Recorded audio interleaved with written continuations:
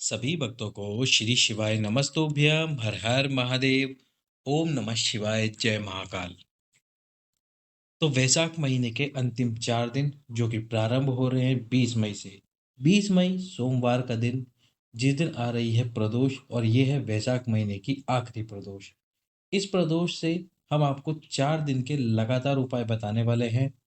फिर आपकी इच्छा हो प्रथम संतान की या हो दूसरे संतान की। यदि ये वीडियो आपने स्किप कर दिया तो फिर सोच लेना कि आपकी संतान प्राप्ति की इच्छा जो है वो भी स्किप हो जाएगी, 1 महीने के लिए, 1 साल के लिए। क्योंकि वैशाख का महीना अगले साल ही आएगा, तो इसलिए इस वीडियो को स्किप मत करना, पूरा वीडियो को देखना। वीडियो में हम आपको वैशाख महीने के उपायों का वर्णन करेंगे। साथ ही साथ में जो केवल और केवल गुरुजी ने वैशाख महीने में उपाय बताए हैं उनका भी वर्णन करेंगे, मनोकामना पूर्ति के लिए या आपकी कैसी भी इच्छा हो उसके लिए। पहली संतान की इच्छा हो उसके लिए भी, और दूसरे संतान की इच्छा हो, जिन माताओं बहनों को पहली संतान प्राप्त हो चुकी है और उनकी इच्छा है दूसरे संतान के लिए, तो वह भी ये उपाय अवश्य ही देखिए। तो 20 मई, जिस दिन पड़ रहा है सोमवार का विशेष दिन और साथ ही साथ में प्रदोष का दिन। फिर उसके बाद आएगा 21 मई, 22 मई, और जो 23 मई जो अंतिम दिन है वो है पूर्णिमा, जो कि है वैशाख की पूर्णिमा। इस पूर्णिमा को अंतिम दिन रहेगा। इसके बाद में आप वो उपाय नहीं कर पाओगे। तो सबसे पहला उपाय जो बताया गुरु जी ने, जिनकी 30 वर्ष भी हो चुके हैं संतान प्राप्ति को, 30 वर्ष भी हो गए हैं उनको संतान प्राप्त नहीं हो पाई, या फिर अभी तक जिनकी गोद नहीं भरी है, उनके लिए जो गुरुजी ने हाल ही की कथा में उपाय बताया था वैशाख महीने का, वो था पिपलेश्वर महादेव वाला उपाय, जो वैशाख के आपको कोई भी 4 महीने कर 4 वैशाख के महीने के कोई भी 4 दिन करना था। वैशाख महीने के कोई भी 4 दिन आपको ये उपाय करना था। अब अंतिम 4 दिन बचे हैं, जिनको सम्मुख में बताने के लिए और मैं आपको ये याद दिलाने के लिए कि केवल अब 4 दिन ही शेष है। यदि आपने 20 मई से उपाय प्रारंभ करना शुरू करा तो 23 मई को उपाय समाप्त होगा, और यदि नहीं कर पाए तो फिर 4 दिन नहीं कर पाओगे। क्या करना है आपको? बेलपत्री के वृक्ष के नीचे लगातार 4 दिन एक पीपल का पत्ता समर्पित करना है पिपलेश्वर महादेव के नाम से। कौन से महादेव? पिपलेश्वर महादेव के नाम से। और फिर इस पीपल के पत्ते पर आपको एक ही कलश से 7 बार जल समर्पित करना है, यही पिपलेश्वर महादेव के नाम से। 7 बार कलश से जल समर्पित कर दो। फिर इस पीपल के पत्ते को आपको उठाना है और उठाकर गाय के दूध में उबाल लेना है। रात्रि को जब आप सोओगे, पति और पत्नी दोनों, फिर उस गाय के दूध को आपको पीकर सोना है, पिपलेश्वर महादेव का स्मरण करते हुए। पिपलेश्वर महादेव का स्मरण करते हुए आपको गाय के दूध को पीना है। दूसरे दिन फिर से नया कोमल सा पत्ता आपको समर्पित करना है 21 मई को। इसी प्रकार 22 मई को, और वैशाख महीने के अंतिम दिन पूर्णिमा के दिन 23 मई को ये पीपल का पत्ता आपको समर्पित करना है। और समर्पित करके फिर से उसी प्रकार दूध में उबालना है आपको।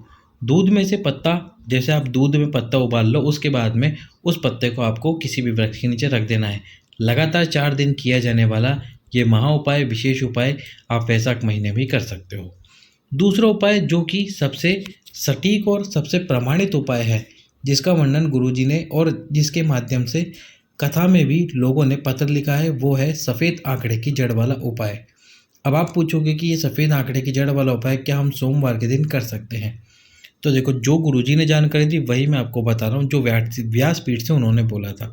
सबसे पहले तो उन्होंने बोला कि जिनका भी 7वां दिन होता है रजस्वला धर्म का, वो ये उपाय 7वें दिन करे रजस्वला धर्म के। 21 बार तुम्रुकेश्वर महादेव के नाम से शिवलिंग पे से जड़ को घुमा लीजिए, और इसके बाद में आपको एक पीपल का पत्ता प्रतिदिन समर्पित करना है भगवान अवधूतेश्वर महादेव के नाम से। कौन से महादेव? अवधूतेश्वर महादेव। नाम याद रखना, भूलना मत, अवधूतेश्वर महादेव के नाम से। और फिर इस पीपल के पत्ते को आपको गाय के दूध में उबालना है, और प्रतिदिन पति और पत्नी को रात्रि को सोने से पहले उस गाय के दूध को पीना है। प्रतिदिन एक कोमल सा नया पत्ता आपको समर्पित करना है शिवलिंग पे। 1 महीने तक ये पीपल के पत्ते वाला आपको उपाय करना है, जिसमें सफ़ेद आंकड़े की जड़ वाला उपाय भी शामिल है। प्रतिदिन पत्ते को किसी भी वृक्ष के नीचे रख दीजिए। रविवार के दिन पीपल का पत्ता ना इस्तेमाल करें, एक दिन पहले ही आप पीपल का पत्ता अतिरिक्त ले लें। यानी शनिवार को आपको 2 पीपल के पत्ते लेने हैं वृक्ष से, एक पीपल का पत्ता रविवार को काम में लेंगे, क्योंकि रविवार के दिन पीपल के वृक्ष के नीचे दरिद्रता का वास होता है, तो इसलिए रविवार के दिन पीपल के वृक्ष के नीचे जाना मनाही होती है। तो इस बात का ध्यान रखना आप। तो 21 बार तुम्रुकेश्वर महादेव के नाम से जिनको अभी तक संतान प्राप्ति नहीं हुई, वे सोमवार के दिन, प्रदोष के दिन इस जड़ को बांध सकते हैं। और वो व्यक्ति कौन से जो इस जड़ को बांध सकते हैं? वो है जिनका रजस वाला धर्म पूरी तरह से बंद है।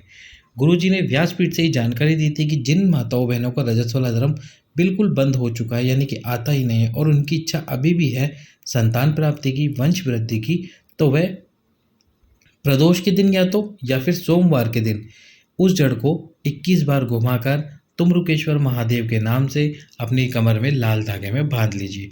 तो आपको इस प्रकार से पहली संतान के लिए एक तो या तो आप ये 4 दिन वाला उपाय कर सकते हो, या फिर ये सफ़ेद आंकड़े की जड़ वाला उपाय कर सकते हो। 4 दिन वाला करोगे तो आपको लगातार 4 दिन करना है पीपल का पत्ता बेलपत्री के वृक्ष के नीचे समर्पित। और यदि ये वाला करोगे तो इसमें केवल सोमवार को जड़ बांधनी है, बाकी 1 महीने तक आपको पीपल का पत्ता शिवलिंग पे समर्पित करना है अवधूतेश्वर महादेव के नाम से। अब हम आते हैं दूसरी संतान के लिए उपाय।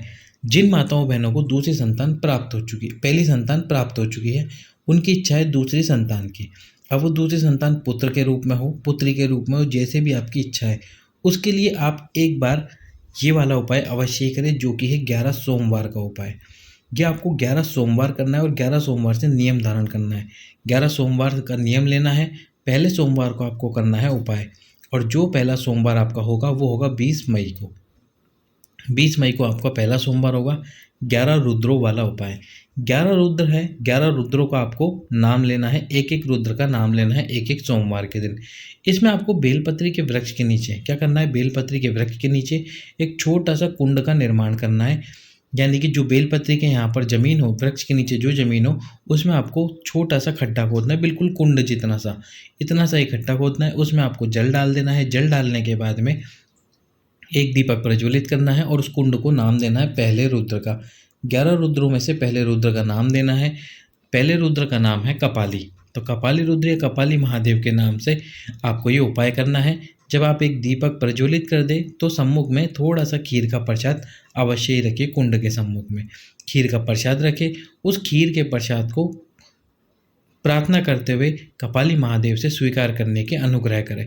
इसके बाद में आपको उस खीर वाले प्रसाद को उठा लेना है। उसके उठाने से पहले इस कुंड में से आपको, जब आपने कुंड बनाया तो इसमें आपको स्वच्छ जल डालना है, और फिर जब आप दीप प्रज्वलित कर दो और साथ में खीर का प्रसाद रख दो, इसके बाद में इस कुंड में से आपको अपने हाथ से 3 बार जल लेना है और उस जल का आचमन करना है, यानी कि पीना है। आपको 3 बार पीना है उस जल को। और जब आप 3 बार जल का आचमन करोगे, पियोगे, तो जो आपने जिस रुद्र के नाम से, यानी पहले रुद्र के नाम से, कपाली रुद्र के नाम से उपाय करा है, उन कपाली रुद्र के नाम से आपको इस जल को पीना है 3 बार। यदि पति कर रहा है अपनी पत्नी के लिए उपाय, यानी कि पति कर रहा है उपाय, तो वह अपनी पत्नी के लिए थोड़ा सा जल, यानी कि 3 बार जल और निकाले अपनी पत्नी के लिए, ताकि वो उनको पिला सके। पत्नी कर रही है तो अपने पति के लिए भी जल निकाले 3 बार, ताकि वो अपने पति को पिला सके। पर यदि दोनों साथ में बैठ कर रहे हो तो फिर तो आप दोनों वहीं पर बैठ जल को पी लीजिए। इस प्रकार से 11 सोमवार का आपको ये उपाय करना है दूसरी संतान के लिए, दूसरी पुत्र के लिए या दूसरी पुत्री के लिए।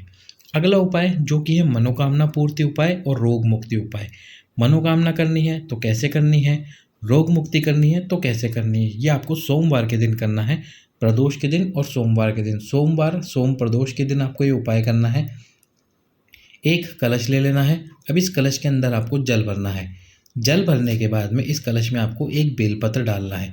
एक बेलपत्र डाल दीजिए। 5 से 10 मिनट बाद जो भी आपकी कामना है वो बोलकर आपको बेलपत्र इस कलश में डालना है। फिर आपको शिव मंदिर में जाना है, कलश में से बेलपत्र निकाल देना है और जो जल है कलश का वो आपको आपकी मनोकामना बोलते हुए शिवलिंग के ऊपर समर्पित करना है। वैशाख महीने में मनोकामना पूर्ति का किए जाने वाला ये सबसे उपयोगी और उत्तम उपाय है।